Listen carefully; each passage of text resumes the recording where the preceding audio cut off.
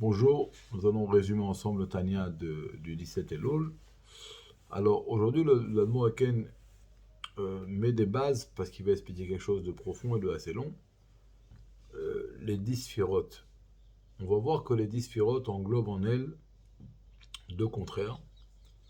Euh, euh, la façon de Hachem de se dévoiler de façon infinie et la façon de Hachem de se dévoiler de façon rétractée. Parce que Dieu, comme il est la plénitude, il n'a aucune limite. Et donc, par exemple, dire sur Dieu qu'il est illimité et dire qu'il n'est pas limité, ce serait le limiter. Dieu, il est ce qu'il veut. Il est illimité et limité à la fois. Et ces deux côtés qu'il y a chez Dieu, qui sont l'expression de sa plénitude, on le voit dans les sphères. Parce que dans une sphère, il y a la lumière, qui est quelque chose de illimité, et on a le réceptacle, quelque chose de limité. Donc on a l'union de l'illimité et du limité, qui met en relief la perfection et la plénitude de Hachem.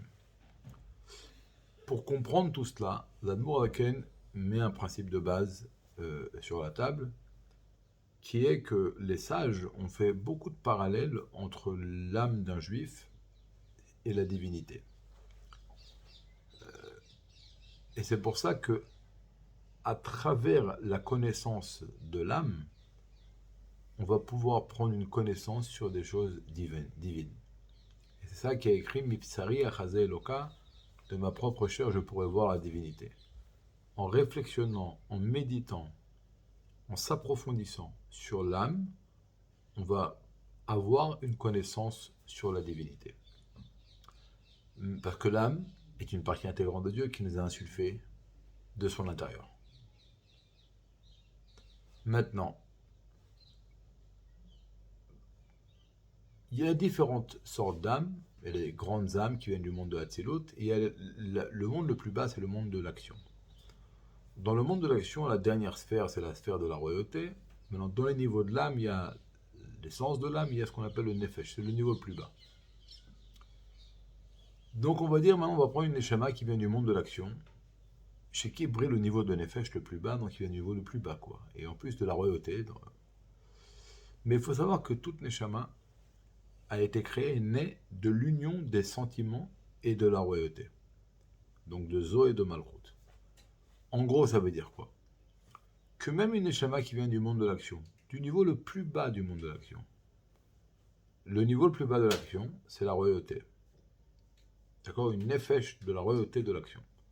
Mais dans ce niveau le plus bas, brille l'intellect du monde de Asiya, dans lequel est habillé, brille l'intellect du monde de Yetzira, dans lequel est habillé, brille l'intellect du monde de Bria, et dans lequel est habillé et brille l'intellect du monde de Hatzilut.